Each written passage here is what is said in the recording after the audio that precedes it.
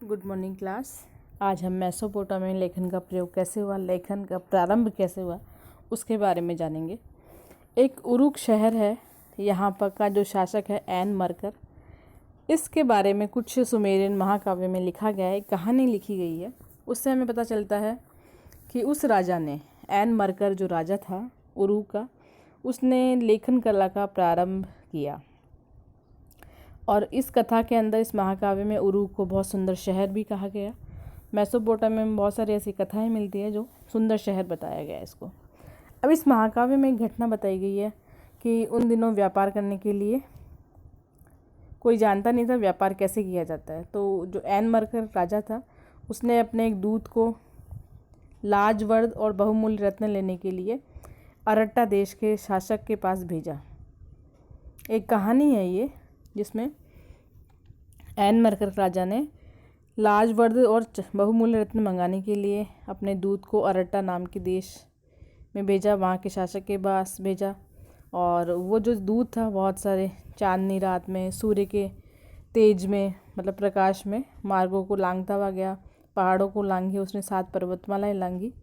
और एक नगर में जब वो पहाड़ पार कर रहा था तो उसने ऊपर तलहटी से एक नगर देखा जो शूशा नाम का नगर था। वहाँ छोटे से सब लोग जो छोटे छोटे दिखाई दे रहे थे, तो चूहों की तरह वो नमस्कार कर रहे थे, ऐसा इसमें वर्णन बताया गया। लेकिन वहाँ जाकर के भी लंबी यात्राओं के बाद भी वो खाली हाथ आया। तो एन मरकर ने वापस उसको एक पट्टिका दे करके, शब्द लिख करके भेजा कि मुझे ये सब चीज़ें चाहिए। उस समय ये रिवाज नहीं था कि कैसे व्यापार किया जाए, लेकिन एन मरकर ने जो अरुट्टा के शासक के हाथ में जो पट्टिका भेजी थी कीलाक्षर लिपि में, उसको देख करके ही हमें मालूम चलता है कि लेखन कला का प्रारंभ कैसे किया गया। यानी सबसे पहले एन मरकर राजा के द्वारा लेखन कला का विकास किया गया। और इसी प्रकार से लेखन कार्य की सूचना इकट्ठी करने के लिए दूर दूर तक भेजने का साधन बन गया ये।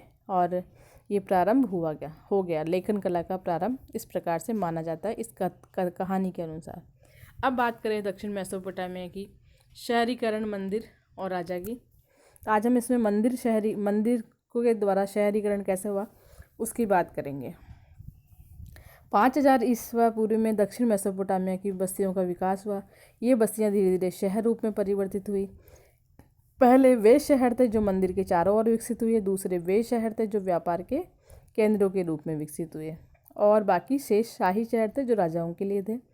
तो 2 श्रेणियां जो मंदिर के पास चारों ओर विकसित हुए और जो व्यापार केंद्र बने जो शहर, इन 2 की चर्चा यहाँ की गई है। अगर हम बात करें तो पहले कुछ लोग थे जो बाहर से आकर बसे, जिनका कोई स्थान पता नहीं था। उन्होंने अपने स्थान बनाए, मंदिर बनाना प्रारंभ किया, पुनर्निर्माण करना प्रारंभ किया, छोटे छोटे देवालय बनाए कच्ची ईंटों के। इन देवालयों में, इन मंदिरों में देवता रहते थे, जिसमें उर नाम का देवता चंद्र देवता था। इन्नाना प्रेम और युद्ध की देवी थी। इनकी मूर्तियाँ बनाई गई, छोटे छोटे ईंटों से बनाए गए। यहाँ कमरे बनाने लगे, धीरे धीरे विस्तार होने लगा। और बाहरी दीवारों में और भीतरी की दीवारों में कुछ ये मुड़ी हुई थी। यानी कि घर की और मंदिर में सिर्फ इतना ही अंतर था कि मंदिर की जो दीवारें थी वो भीतर और बाहर से मुड़ी हुई होती थी। और देवता प्रमुख पूजा का, इस देवता की पूजा की जाती थी। वही क्रेंद होता था, उसको अन्न दही मछली लाते थे लोग मंदिरों में, क्योंकि यहाँ हड्डियाँ मिली है मछली की परतों के रूप में जमी हुई। और धीरे धीरे यहाँ लोग आने लगे और आराध्य देवता को, जो ईश्वर था या मूर्ति थी, उसको अपने खेत, मत्स्य, स्थानीय जो लोग थे पशुपालन के स्वामी मानने लगे। यानी उस देवता को ही अपना स्वामी मान रहे कि हम खेती इसी से कर रहे हैं, ये हमारे पशुओं का स्वामी है। जो उपज लाते वहाँ पर दूसरे लोग आते, उनसे वो व्यापार क्रियाएं करने लगे अपना घर परिवार के रूप में।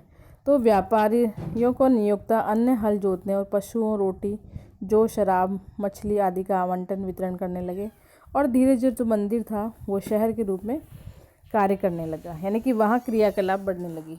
तो इस प्रकार से प्रारंभ हुआ वहाँ पर मंदिर। और अगर हम दूसरे तरीके से बात करें तो यहाँ पर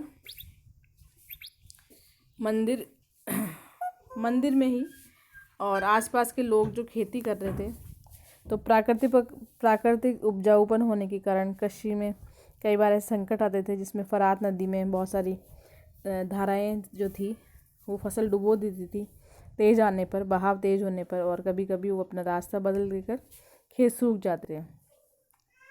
जैसा कि पुरातात्विक विभाग बताते हैं, अभिलेखों से पता चलता है कि उस समय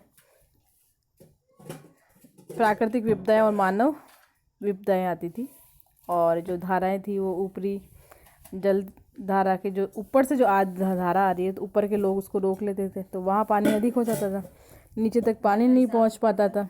इस प्रकार से यहाँ पर खेती का प्रारंभ होने लगा था।